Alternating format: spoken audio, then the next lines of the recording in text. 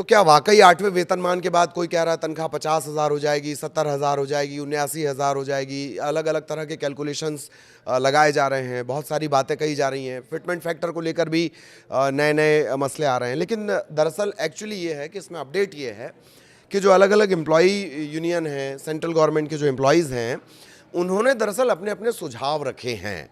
अब वाकई क्या तनख्वाह 80,000 जाती है, नहीं जाती है, ये तमाम चीज़ें डिपेंड करेंगी जो फिटमेंट फैक्टर होगा उसके ऊपर। फिटमेंट फैक्टर को लेकर हमने एक विस्तृत रिपोर्ट भी तैयार की थी, सारे रिपोर्ट्स का एवरेज हमने आपको निकाल कर बताया था। ठीक है, तो आज हम सुझावों पे बात करने वाले हैं, क्या सुझाव दिए जा रहे हैं, उनके पीछे तर्क क्या है, इसको लेकर बातचीत करेंगे। वो फिटमेंट फैक्टर जो सबसे एवरेज बैठता है वो मैंने आपको एक वीडियो में समझाया, उस फैक्टर के बारे में भी बात करेंगे। नमस्कार, मैं ललित प्रजापति। आज अपडेट इसी का।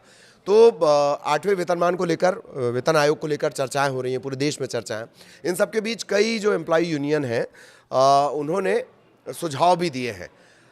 किस तरह के सुझाव हैं वो भी आपको जानने चाहिए। इसमें सैलरी है, अलाउंस है, सर्विस कंडीशन है, इनमें बड़े बदलाव की मांग की जा रही है। अब अगर ये जो डिमांड्स हैं इनको माना जाता है तो सरकारी कर्मचारियों का जो पे स्ट्रक्चर है उसमें बहुत बड़ा चेंज मुमकिन है। ठीक है, 8वें वेतन आयोग पर दिनों दिन जो तेज चर्चाएं हो रही हैं वो इसी वजह से हो रही हैं। और अब जो नया अपडेट आया है वो कर्मचारी संगठनों की डिमांड्स है, सुझाव की शक्ल में जो उन्होंने दी हैं। कई कर्मचारी संगठनों ने केंद्र सरकार को कर्मचारियों के वेतन भत्ते, सेवा शर्त, टर्म्स एंड कंडीशन, उसमें बड़े बदलाव की डिमांड की है, सुझाव दिए हैं। अगर इन प्रस्तावों को मान लिया जाए तो हाल के सालों में वेतन में सबसे बड़ा बदलाव हो सकता है, सबसे बड़ा बदलाव हो सकता है। वेतन भत्ते जो हैं उनको लेकर भी डिमांड आई है। केंद्र शासित प्रदेशों के सरकारी शिक्षकों का प्रतिनिधित्व करने वाला संगठन है, क्या है? PSNM, प्रगतिशील शिक्षक न्याय मंच। उसने वेतन भत्तों के पूरे फ्रेमवर्क में बदलाव की मांग की है। अपने मेमोरेंडम में संगठन ने लेवल 1 के कर्मचारियों के न्यूनतम मूल वेतन 50,000 से 60,000 करने की मांग की है। 7वें वेतन आयोग का जो मौजूदा वेतन था वो कितना था? 18,000 रुपए, उसे 50 से 60,000 करने की डिमांड की जा रही है। और क्या क्या प्रस्ताव आए वो भी जान लीजिए। जो ये यूनियन है जिसका हमने नाम लिया, टीचर्स यूनियन, ये 2.62 से 3.83 के बीच का फिटमेंट फैक्टर चाहती है। फिटमेंट फैक्टर फिलहाल कितना है? 7वें वेतन आयोग में कितना था? 2.57 था। इसके अलावा ये चाह रहे हैं 6 से 7% की एनुअल इंक्रीमेंट की भी डिमांड है, जो फिलहाल कितनी है? 3%। ये 3% से दोगुने से भी ज्यादा है। 6 से 7% एनुअल इंक्रीमेंट की डिमांड की जा रही है। संगठन के अनुसार ये बदलाव बढ़ती महंगाई के साथ तालमेल बिठाने के लिए बहुत ज़्यादा ज़रूरी है। इन बदलावों के चलते आय में सही मायने में बढ़ोतरी सुनिश्चित करने में मदद मिलेगी। अच्छा, जो PSNM है, जो संगठन है, वो कुछ स्ट्रक्चरल रिफॉर्म की भी सिफारिश करता है। ठीक, कि भाई थोड़ा सा स्ट्रक्चर जो है उसमें ही बदलाव होना चाहिए, मतलब एक ही ढर्रे पर नहीं चलना चाहिए। जैसे एग्जाम्पल क्या? महंगाई भत्ता जब 50% तक पहुंच जाए तो उसे मूल वेतन में मिला देना चाहिए और DA के कैलकुलेशन को उससे और ज़्यादा सटीक बनाया जाए। जैसे 58% DA था, 7वें वेतन आयोग की बात कर रहे हैं, फिर सरकार ने अभी अप्रैल में ऐलान किया वो 60% पहुंच गया। इनका कहना है कि जैसे ही 50% पहुंचे आप उसको बेसिक सैलरी में जोड़ दो। ठीक, चिल्ड्रन एजुकेशन अलाउंस में भी काफ़ी बढ़ोतरी की डिमांड की जा रही है। मौजूदा समय ये 2,800 रुपये, कह रहे हैं 7,000 रुपये प्रति माह प्रति बच्चा इसे किया जाए। ज़्यादा भत्ते, ज़्यादा फायदे की डिमांड की जा रही है। भत्तों के मामले में शिक्षकों का जो संगठन है वो हाउस रेंट अलाउंस HRA को मौजूदा 10 और 20% से बढ़ाकर 10, 20 और 30 से बढ़ाकर 12%, 24%, 36% करने का प्रस्ताव देता है। 10, 20, 30, अब क्या बोल रहे हैं? 12, 12 दूनी 24, 12 36, ये 3 स्लैब। ट्रांसपोर्ट अलाउंस को बढ़ाकर कम से कम 9,000 रुपये करने की सिफारिश की गई है। इसमें DA से जुड़े अतिरिक्त बदलाव भी शामिल होंगे। बाकी की क्या डिमांड्स हैं? 2,000 रुपये प्रति माह का डिजिटल सपोर्ट अलाउंस मिलना चाहिए। छुट्टियों के ज़्यादा अधिकार मिलने चाहिए। रिटायरमेंट के समय जो अर्न लीव होती है EL, उसे भुनाने की जो मौजूदा सीमा है वो 300 दिन की है, उसको बढ़ाकर 400 दिन कर दिया जाए। कि भाई EL हमें अभी इन कैश नहीं करनी है, हम चाह रहे हैं कि हम 400 दिनों के भीतर उसको कैश करें। अभी वो 300 दिन है। इसके अलावा पीएसएनएम ने पुरानी पेंशन योजना ओपीएस को बहाल करने की मांग की है, ग्रेच्युटी की सीमा को बढ़ाकर 50 लाख रुपए तक करने, ग्रुप इंश्योरेंस कवरेज को बेहतर बनाने और ज़्यादा बार प्रमोशन देकर करियर में तेज़ी से आगे बढ़ने की मांग की है। हालांकि इन मांगों को देखकर लगता है, क्या आपको लगता है ऐसा? आप कमेंट में बता देना कि ये मांगे मानी जाएंगी। ठीक, वेतन में 4 गुना बढ़ोतरी की डिमांड की जा रही है। एक और जोरदार प्रस्ताव, ये किसकी तरफ से आया? एक और संगठन है, भारतीय प्रतिरक्षा मजदूर संघ, BPMS। वो कह रहा है कि मिनिमम बेसिक पे में 4 गुना बढ़ोतरी करके इसे 72,000 कर दिया जाए। पिछला संगठन क्या कह रहा था? 50 से 60,000 कर दो। ये कह रहा है कि 72,000 रुपए कर दिया जाए। 4 का फिटमेंट फैक्टर मांगा गया है। संघ ने शीर्ष स्तरीय पदों के लिए अधिकतम वेतन 10 लाख रुपए रखने का प्रस्ताव दिया है और इनके सुझाए गए वेतन ढांचे के तहत शुरुआती स्तर के वेतन में भारी बढ़ोतरी होगी। लेवल 1 का जो वेतन है वो 18 से बढ़कर 72,000 हो जाएगा। दूसरे संगठन की हम बात कर रहे हैं, 18 से बढ़कर 72 हो जाएगा। हायर लेवल पर वेतन उसी अनुपात में बढ़कर 18 पर लेवल 18 पर कितना हो जाएगा? 10 लाख रुपए तक पहुंच जाएगा। फिटमेंट फैक्टर और सालाना इंक्रीमेंट को लेकर ये क्या प्रस्ताव रख रहे हैं, क्या डिमांड्स हैं इनकी? वेतन तय करने में सबसे ज़्यादा अहम भूमिका निभाता है फिटमेंट फैक्टर। इसे बढ़ाने की पुरजोर मांग की जा रही है। पीएसएनएम जो पुराना संगठन जिसकी हमने बात की थी, वो 2.57 की जगह 2.62 और 3.83 का प्रस्ताव रखता है, जबकि बीपीएमएस कह रहा है कि सीधे 4 कर दिया जाए फिटमेंट फैक्टर को।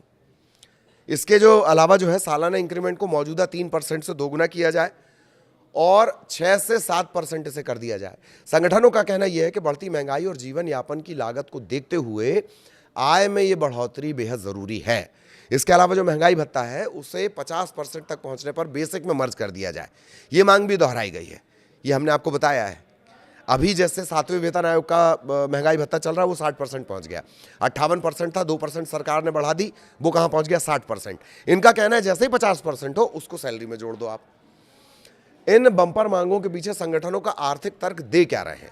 इतनी बड़ी वेतन बढ़ोतरी को सही ठहराने के लिए बीपीएमएस ने सांख्यिकी और कार्यक्रम कार्यान्वयन मंत्रालय यानी एमएसपीआई, ये बहुत इंपॉर्टेंट आंकड़े होते हैं एमएसपीआई से जुड़े हुए, ये सीधे असर करते हैं, उनके आंकड़ों का हवाला दे रहा है। संघ का कहना है कि 2016-17 से 2024-25 के बीच देश की जो प्रति व्यक्ति शुद्ध राष्ट्रीय आय है, per capita net national income, ये 86.76% से बढ़कर 1.03 लाख से 1.92 लाख हो गई। परसेंटेज को अगर आप इसे समझें तो जो इनकम है वो कितनी हो गई है? 1.03 लाख से बढ़ते बढ़ते 1.92, मोटी भाषा में जिसको अपन कहते हैं 2 लाख, वो हो गई है। संगठनों ने वेतन की गणना के लिए परिवार इकाई फैमिली यूनिट को 3 सदस्यों से बढ़ाकर 5 करने की मांग की है, ताकि परिवार को वास्तविक वित्तीय जिम्मेदारियों का सही आकलन हो सके। ठीक है, 3 माता पिता बच्चा, ये कह रहे हैं कि नहीं इसको 5 किया जाए, 2 लोग और इसमें ऐड किए जाएं, 5 के हिसाब से ये कैलकुलेशन होने चाहिए। तर्क ये कि वेतन बढ़ोतरी को आय बढ़ोतरी के साथ जोड़ने के लिए पारदर्शी ट्रांसपेरेंट व्यवस्था बनेगी, ये तर्क दिया जा रहा है। ये हमारी खबर का एक पहलू हो गया जिसमें हमने आपको बताया कि फिटमेंट फैक्टर को लेकर किस तरह की बातें आ रही, डिमांड किस तरह की जा रही है। अभी जो फिटमेंट फैक्टर है 7वें वेतन आयोग का वो कितना है? वो है 2.57। अब क्या वाकई लगता है ये फिटमेंट फैक्टर सबसे इंपॉर्टेंट है? ये मैं आपको कई वीडियोस में बता चुका हूं। एक और महत्वपूर्ण बात जान लीजिए कि जो फिटमेंट फैक्टर है उसका सीधा असर, ये जो सैलरी बढ़ाई जाएगी, भत्ते बढ़ाए जाएंगे, इसका सीधा असर सरकार की सेहत पर भी पड़ेगा। सरकार की सेहत को, आर्थिक सेहत को भी देखना बहुत जरूरी है। फिस्कल डेफिसिट पर इसका असर पड़ता है और उस असर के चलते क्या वाकई ये जो लंबा चौड़ा डिमांड की जा रही है वो होगा 50,000 से 60,000 सैलरी लेवल 1 की, या 72,000 सैलरी लेवल 1 की करने की बात की जा रही है? तो लेवल 18-20 तक जाते जाते क्या हो जाएगा? लाखों का वेतन हो जाएगा।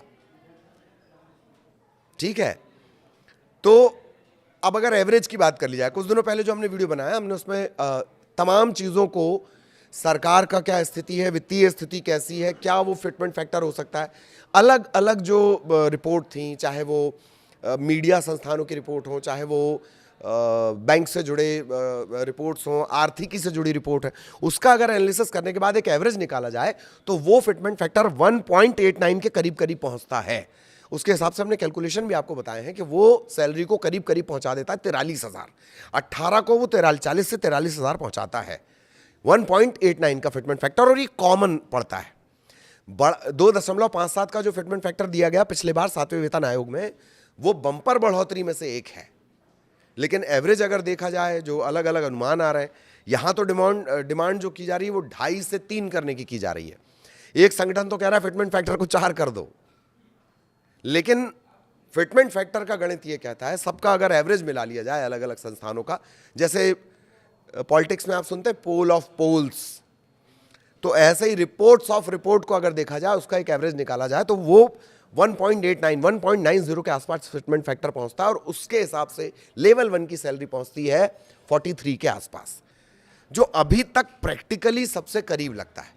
अब क्या इस पे होता है, सरकार इन सुझावों को मानती है नहीं मानती है, क्या फिटमेंट फैक्टर तय किया जाता है, क्या स्ट्रक्चर में भी कोई तब्दीली की जाती है, इसके लिए तो भाई इंतजार करना होगा। आगे भी जो अपडेट होगा वो हम आप तक पहुंचाएंगे। नमस्कार।